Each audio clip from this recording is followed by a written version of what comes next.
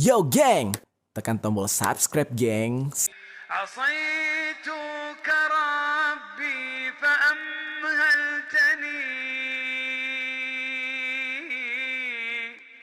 وتسترني رغم أني عنيد لأنك ربي غفور ودود رحيم بكل الورى والعبيد. Ingat teman, mobil yang udah rusak masih bisa diperbaikin. Jadi kalau masa lalu kita udah rusak parah, masih ada masa depan yang cerah kalau kita tidak pernah menyerah dan mau berubah untuk memperbaiki. Semangat ya. Sini ada garis kehidupan, garis rezeki, ada pula garis jodoh. Sekarang genggamlah di mana garis tadi. Lah, ada tangan gua. Lu tahu artinya kan? Bahwa apapun takdir dan keadaan lu kelak, itu semua ada dalam genggaman lu sendiri. Ada garis yang tidak tergenggam. Sisa garis itulah yang berada di luar kendali lu. Karena di sanalah letak kekuatan dari Tuhan. Kesuksesan lu tidak akan berarti tanpa campur tangan dari Tuhan. Catat ya, tolong catat buat status di sosial media ini. Hidup ini mudah, yang sulit pikiran kita. Hidup ini lapang, yang sempit hati kita. Hidup ini murah, yang mahal gengsi kita. Jelas? If you forgive a person, but you hang on to the anger, the pain, and the hurt, and you say you forgave the person, then you don't understand what forgiveness really is. Forgiveness is not for the other person, it's for you. Orang gak akan selamanya senang. Ada di satu titik nanti dia akan sedih. Itu juga sebaliknya, orang gak akan selamanya sedih. Mau sepatah hati atau sepahit-pahitnya hidup, satu saat di ujung jalan dia pasti akan menemukan Tuhan. Itu hidup berulang-ulang terus. Jadi ketika lu lagi sedih sekarang, gak usah takut. Pasti satu hari nanti akan ada kebahagiaan. Saat lu bahagia sekarang, hati-hati juga. Jangan lupa, suatu saat pasti akan menemukan kesedihan. Ingat teman-teman, sukses itu tidak mengenal usia. Usia hanyalah sebuah angka. Jangan jadikan usia sebagai alasan bahwa Anda tidak mampu melakukan ini, melakukan itu. Entah karena terlalu muda atau terlalu tua.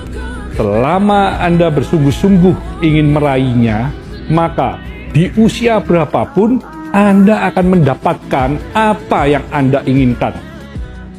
Ketika mimpi kita pikirkan, mimpi itu berubah bentuk, jadi rencana. Ketika rencana kita ucapkan, rencana berubah bentuk lagi, jadi komitmen. Ketika komitmen kita lakukan, komitmen berubah lagi, jadi kenyataan. Hal yang paling berat adalah ketika lu bertarung dengan hujatan orang dan judgement orang, tapi lu harus belajar untuk bisa mengerti mereka. Itu jauh lebih berat loh daripada belajar untuk membenci mereka. Kalau kamu mendengar nasihat yang menyinggungmu, itu memang buat kamu. Obat kalau kena luka, pasti perih dulu kan? Begitu juga nasihat. Dengarkan nasihat ini. Kalau seleramu yang ketinggian, bercerminlah. Kalau karaktermu yang bermasalah, berubahlah. Kalau wajahmu tidak tertolong, kantongmu harus bisa menolong. Apa yang harus kita lakukan di bawah usia 20 belajar? Apa yang dilakukan usia 20-30, follow the leaders, belajar dari pemimpin-pemimpin hebat. 30-40 bisnis, bikin usaha yang kita suka, yang kita kuasai. Usia 40-50 fokus di bisnis yang kita jago, jangan terpengaruh dengan yang lain. 50-60 time to share, invest ke anak muda, sharing ke anak muda, percayai mereka. 60 ke atas istirahat. Menurut aku kata-kata simpel yang bikin tamparannya sampai detik ini tuh masih kena di hati. Lo jangan kayak orang gak punya Tuhan. Rezeki semua udah diatur. Bokap lo masih hidup gak? Masih. Nyokap lo masih hidup gak? Masih. Lo tinggal suruh orang tua lo tiap hari doain lo jalan yang bener, itu udah aman. Terus gue langsung mikir kayak, gue jadi kayak resah. Gue jadi gak percaya sama rezeki udah diatur, jodoh udah diatur. Ya, apapun kita ya, sebenarnya kuncinya cuma satu. Kita nggak bakalan sukses karena diri kita sendiri. Kita pasti bisa sukses itu karena satu, Yang pertama tuh didoain sama keluarga dan didoain sama banyak orang. Makanya gue tuh seneng banget berteman sama banyak orang, menyapa sama banyak orang, silaturahmi sama banyak orang. Kalau motivasi lu cuman mau bikin duit cepet atau kepengen jadi entrepreneur, nggak bakal jadi, nggak bakal 100% gagal pasti.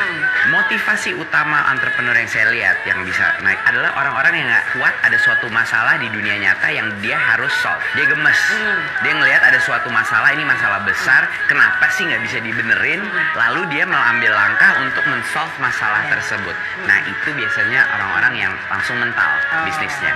Setiap jam 11 malam atau jam 1 malam kayak, ya Allah sampai kapan ya aku kayak gini ya? Masa iya nanti aku punya keluarga terus masa ya kayak gini? Aku kayaknya harus cari kerjaan lain deh. Sampai kapan aku kayak gini? Bapak aku juga kasihan gitu loh. Tapi kalian beneran deh kalau lagi temenan sama orang-orang yang membuat kamu ngerasa kamu salah mulu, udah coba aja untuk ngetemenan deh. Atau ganti temen gitu mungkin. Karena yang paling tahu kamu. Ya. Kasihan tahu kalau orang-orang kayak aku susah tidur cuma karena temen. Bodoh banget kan. Cuma karena temen kok susah tidur. Cuman ngomong kayak gini ke keluarga gue bilang gini, udah ya, selama kita bisa dikasih, nggak usah makan, kita besok bangun, lo nafas deh, tanpa infus, tanpa lo harus dimasukin vitamin, makanan lo dimasukin dari tenggorokan, lo udah jauh lebih beruntung. Itu aja kita syukurin, that's it, kita bahagia pasti. Buat semua orang, kalau ketika lu masih bisa mengeluarkan air mata, laki-laki khususnya, berarti lu masih baik-baik saja sebagai manusia. Tapi ketika air mata itu sudah tidak keluar, maka lu berada di jalan yang sangat berbahaya.